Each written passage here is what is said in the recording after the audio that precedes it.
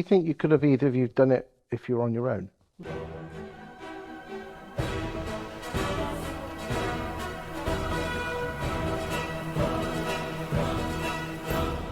No. Without the other one, not a chance. We Well- always stop. So we've had experience. Julie cut off. of it. No, because when I did, I didn't. There wasn't that balance. We both bring things to the business. We both bring something different to the business, which balances it.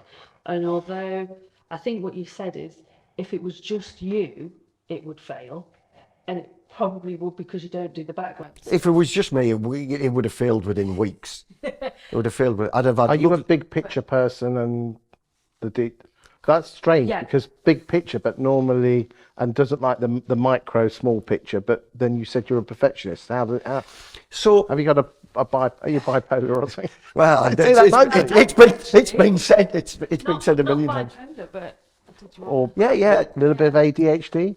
more than a little bit. Yeah. No, that's interesting because I've had quite a few people on that sofa.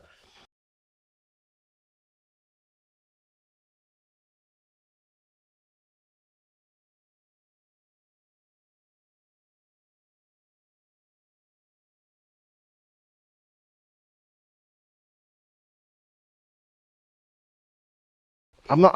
No, 100%. So my view, let me take a couple of seconds on this. So I didn't even know that ADHD was a thing other than for naughty kids. First of all, I've had no diagnosis whatsoever or anything like that. I had an experience a year ago. I've terrible understanding of time, but I'd had an experience within the last 12, 18 months, and I'd secured, I can't even remember which deal it was, I'd secured a huge deal, like the biggest deal we'd ever done. And I was absolutely buzzing. I came into the office, told Juli, it's absolutely bouncing off the walls. Couldn't believe how excited it was going to be for our business and stuff like that. And by the time Juli had come home and all of that adrenaline had drained out my body, I was asleep and I just wanted to be asleep. I just did not want to be awake. I'd completely crashed. Not in a bad way, not in a dangerous way. I just literally I didn't want to be awake anymore. So I'd gone to sleep about 4 o'clock, 5 o'clock, something like that. Woke up the next day. I was supposed to be at a networking event the next morning, ironically about mental health. And it was on at 10 o'clock. And it was like 9:30. I was just like, I'm not going. And then for some reason, I just went, I need to go. So I'd gone, pair of tracksuit bottoms, scruffy t-shirt, scruffy trainers and stuff like that. And they were talking about ADHD. And this woman was on stage talking about it. And I was just like, oh my goodness, has she been like following me my entire life? And it was just like that. I can still remember every single detail of that day, what people were wearing. It was just like a light bulb just went on in my head. And then I think that awareness has, I went through the normal, no, that's not really me. I need to know everything about it. Now I don't want to know anything about it. And the whole range of things that you go through. That whole process was Yeah. just... Hyper focus, no focus whatsoever, hyper focus, no focus whatsoever.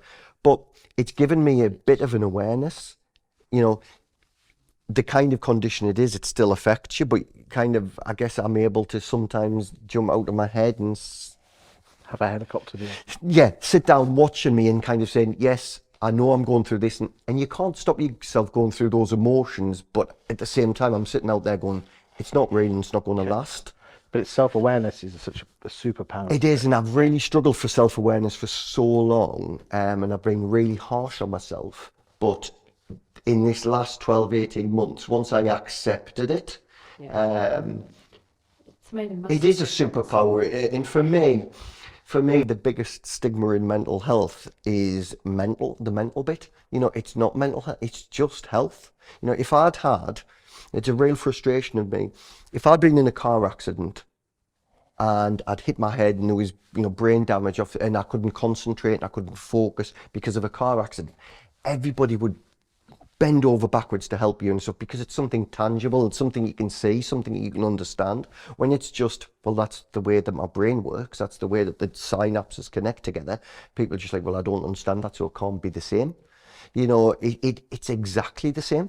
It's exactly the same. It's not physical health and mental health, it's just I health. think when you have that self-awareness, you can manage yourself and your life and different things. So there's a lot of things that we've put in place at work, just from a working point of view, and say, okay, well, this is how I work, so I have to block my diary. Don't be putting viewings or like little itty bitty meetings, because I'll get nothing done then. I either do appraisals in the morning or an afternoon, and just understanding ADHD and how it affects you and how you I think work I think has helped us a lot within the business. I think to be fair. once you understand it, it's no different than it's not a weakness. In some things it's a strength, and in other things it's a weakness. If Julie wasn't there, it would be a massive weakness, because all of those details things and paying people and stuff like that, kind of important things, wouldn't happen.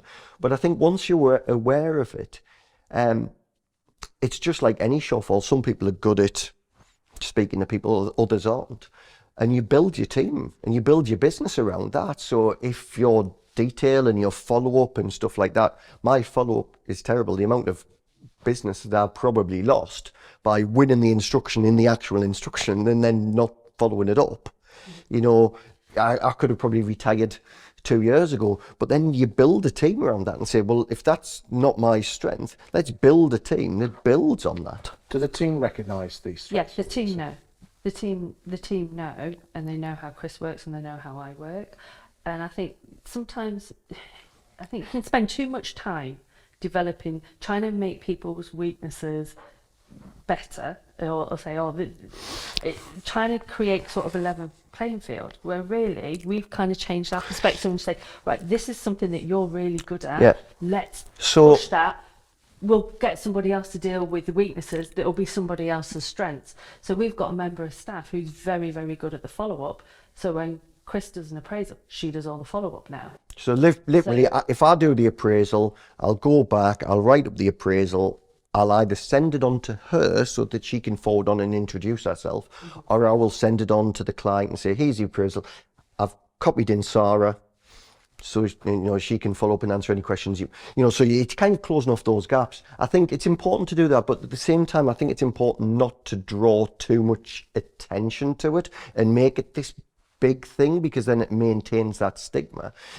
It's just, this is my way of working, this is my strength and this is my weakness. It doesn't really matter what causes that strength and weakness.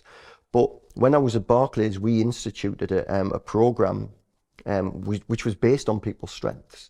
It was a program called Strength Finder, and it's absolutely brilliant. And it talks about strengths not necessarily being the things that you're good at, but the things that motivate you and excite you. So when I did that, it was like reading a story of my own life, creativity, futuristic ideation, all of these big, looking for patterns and correlations in things. So you talk about detail and big picture. I love my stats, I love my detail, but I don't love them for the sake of loving them. I love them for the story that it helps me to tell. And you think that this awareness has made you a better person? Oh, 100%. 100%. I'll stand in front of a bunch of investors and I'll say, did you know that you could buy a house in Sunderland for the same price in 2008, any time until 2021? And straight away, you know that you've got them, because they've probably never heard that again. If I say that as of last month, the average house price in Sunderland was £128,743, they know that I'm not filling them with rubbish, because I would have rounded it up. And it's done well for you, but also good for your business as well. 100%. Yeah. 100%. I think self-awareness, understanding yourself and building on your strengths. Don't beat yourself up for your weaknesses, because your weakness is somebody else's strength. So build your team around that, and don't beat yourself. You used to beat yourself up a lot. Every time I lost an instruction, if I lost the instruction because of me, I wouldn't be bothered if I lost it because I lost it for whatever reason. But if I had it in my hand and I lost it because I didn't send them the contract or something, I would absolutely beat myself up. I'd be like, there's another couple of grand gone straight out the door. Thank you for your insight. But I don't do it anymore.